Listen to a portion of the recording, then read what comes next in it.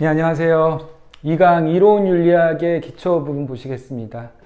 앞서 1강 윤리학의 구분에서 보셨듯이 이제 이론 윤리학과 실천 윤리학이 합쳐서 이제 규범 윤리학이라고 부르는데요. 저희 이쪽 규범 윤리학이 사실 생활과 윤리의 이제 대부분을 차지하죠. 그래서 이론 윤리학을 어느 정도 개념이 좀 확실하게 서면 생활과 윤리를 전체적인 학습을 하시는데 큰 무리가 없으실 겁니다. 자, 그럼 보실게요. 이론 윤리학에서 가장 또 중요한 부분인 또 의무론 부분인데요. 의무론엔 먼저 칸트와 자연법 사상이 있습니다. 칸트를 먼저 보실게요. 칸트는 이거 이론 윤리학이라고 말씀드렸죠. 그러니까 그의 칸트의 사상이라고 보시면 됩니다. 칸트는 어떤 행위를 할 때 동기가 중요하다고 생각을 합니다. 그래서 선의지가 제시해주는 의무에 기반해서 행위를 해야 한다. 다시 말해서 칸트는 어떤 행위를 할 때 결과를 보고 행위하는 게 아니라 동기에 우선을 두고 그 행위가 옳았는지 그른 것이었는지를 판단을 하고요. 그리고 우리 인간한테 내재되어 있는 선의지, 그것이 제시해주는 의무, 무조건 해야 한다. 선의지가 말해주는 그런 의무를 했을 때 윤리적으로 옳은 행위라고 판단을 합니다. 그래서 칸트의 이런 방식의 이론을 바로 정언명법이라고 하는데요. 어떠하면 가정적인 이유에 따른 보편적인 원리를 제시하는 게 아니라 무조건적인 원리를 바로 정언명법이라고 합니다. 반대되는 게 금방 말씀드린 것처럼 가언명법이라고 해서 무엇 하면 무엇 해라 라는 건데, 칸트는 그런 명법이 아니고 무조건 뭐뭐 해라. 가령 내 의지의 준칙이 동시에 보편적 입법 원리가 되게 행위해라 라고 칸트는 얘기를 합니다. 이 얘기 무슨 얘기냐면, 네가 세운 어떤 의지의 준칙, 네가 의지의 준칙이라는 건 네가 어떤 행위의 준칙을 세웠는데 그것이 동시에 보편적으로 누구에게나 해당될 수 있는 하나의 입법화 될 수 있는, 누구나 동의할 수 있는 그런 행위를 하라는 겁니다. 또 하나, 인간을 수단으로 대하지 말고 목적으로 대하라 라는 게 칸트의 주된 주의입니다. 주된 그 내용은 또 기출문제 가서 보실 거예요. 잘 이해 안 가도 그냥 듣고 넘어가셔도 됩니다. 자연법 사상도 또 의무론의 한 가지인데요. 신이 인간에게 이성을 부여해서 자연적, 본성적으로 해야 될 윤리적인 의무를 안다라는 의견이 바로 자연법 사상입니다. 그래서 이 자연법 사상은 중세 크리스트교의 사상이라고 보시면 됩니다. 하나님께서 인간한테 머릿속에 그런 윤리적으로 옳은 선한 행위를 할 수 있는 그러한 이성을 주셨기 때문에 우리는 그런 의무를 알고 있다. 그래서 선을 행하고 악을 피해라 라는 게 바로 이 자연법 사상 의무론이고요.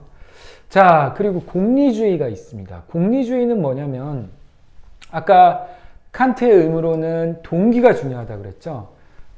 공리주의는 그런 거 중요하지 않습니다. 결과가 중요합니다. 어떤 행위를 했을 때 그 행위가 낳은 결과, 근데 그 행위가 낳은 결과를 뭘로 측정하냐? 바로 그 행위가 낳은 결과가 쾌락이나 행복을 가져다 주면 그거는 옳다, 옳고 선한 행위다 라고 생각을 하고요.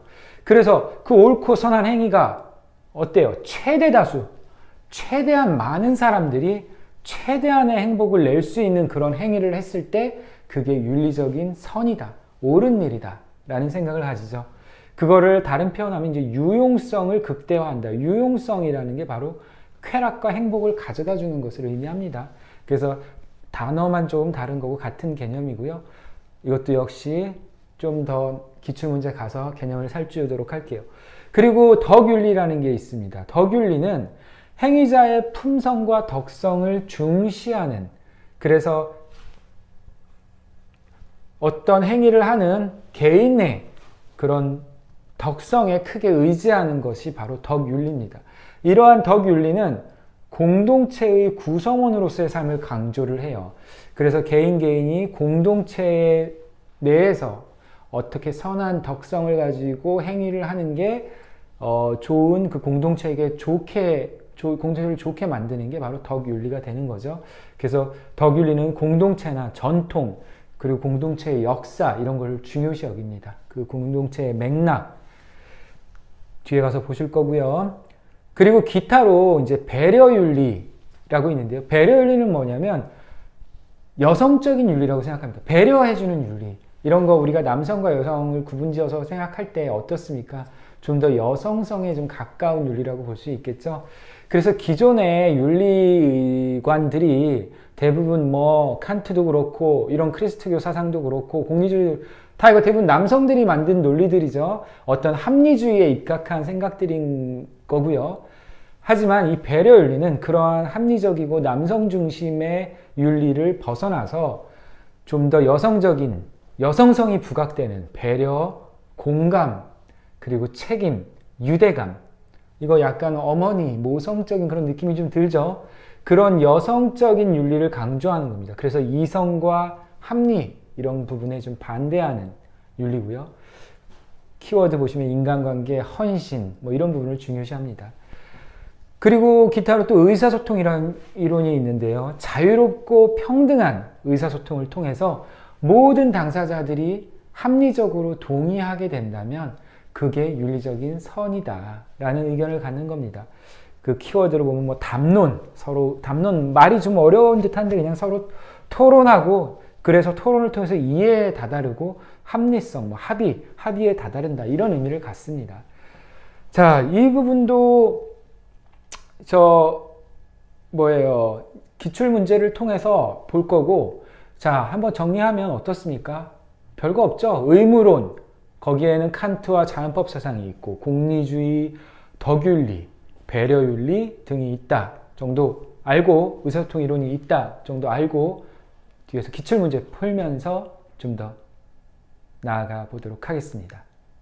감사합니다.